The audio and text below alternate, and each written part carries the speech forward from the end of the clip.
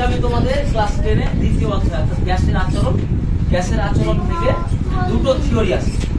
একটা হচ্ছে চার্লস ও বয়েলের সমন্বয় সূত্র, আর একটা হচ্ছে আদর্শ গ্যাসের সমীকরণ পিভি সমান এনআরটি প্রতিষ্ঠা।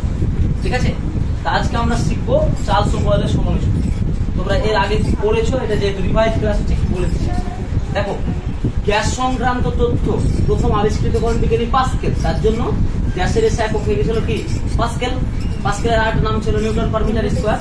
ঠিক তেমন ভাবে আমাদের এই চ্যাপ্টারটা কিন্তু ডিপেন্ডেবল ভি অর্থাৎ আয়তন, পি মানে চাপ, টি মানে উষ্ণতা, আর এম মানে ভর।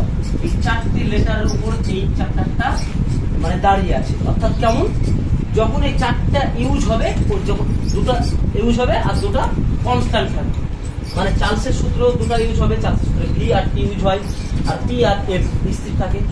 এবং বয়েল সূত্রে কি হয়, বয়েলের সূত্রেও ঠিক ভি আর পি ইউজ হবে, কিন্তু টি আর এম স্থির থাকে। তো আমরা প্রথমে পড়েছিলাম যে চার্লসের সূত্র বয়েলের সূত্র কি। আমরা গাণিতিক রূপটা একটু মনে করবো, তাহলে হয়ে যাবে। যদি বয়েলের সূত্র কি ছিল, বয়েলের সূত্র ছিল যে স্থির উষ্ণতায় নির্দিষ্ট ভরের কোন গ্যাসের আয়তন ওই গ্যাসের চাপের সঙ্গে কি ছিল, ব্যস্তানুপাতিক। অর্থাৎ গাণিতিক রূপটা এরকম ছিল যে বয়েলের সূত্রানুযায়ী গাণিতিক রূপটা আমরা এখানে লিখবো, আমরা বাংলাটা লিখবো না, লিখবো ভি ভ্যারিজ অ্যাজ 1/p, অর্থাৎ ভি সমানুপাতিক 1/p।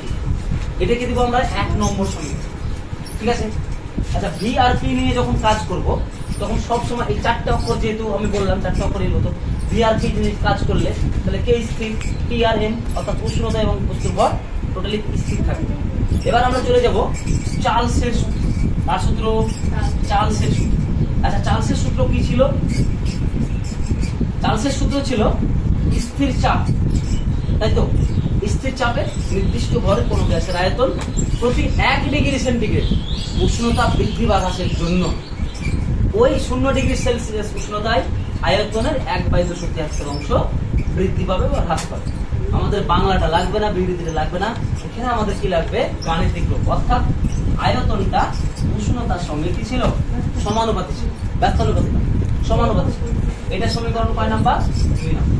আমরা এরপরে কি লিখেছিলাম মনে করো, 1 এবং 2 থেকে পাই। কি লিখেছিলাম, 1 এবং 2 নম্বর সমীকরণ থেকে পাই। আচ্ছা, পেলাম কি পেলাম? আচ্ছা, ভেদ বলে তোমাদের একটা ক্লাস 10 এ বই আছে, ওই বইয়ে একটা চ্যাপ্টার আছে, ক্লাস 10 এর বইয়ে চ্যাপ্টার আছে ভেদ।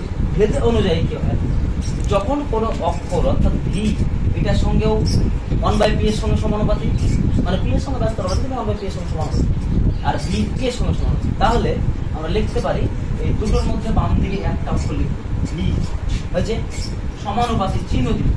প্রথমেরটা লিখবো 1/p ইন্টু কি লিখবো, বলো বুঝলাম না বুঝলাম? এরপরে কি করবো আমরা, বা দিব।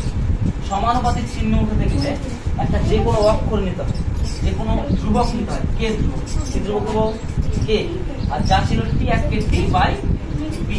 বুঝতে পারলাম না পারলাম না?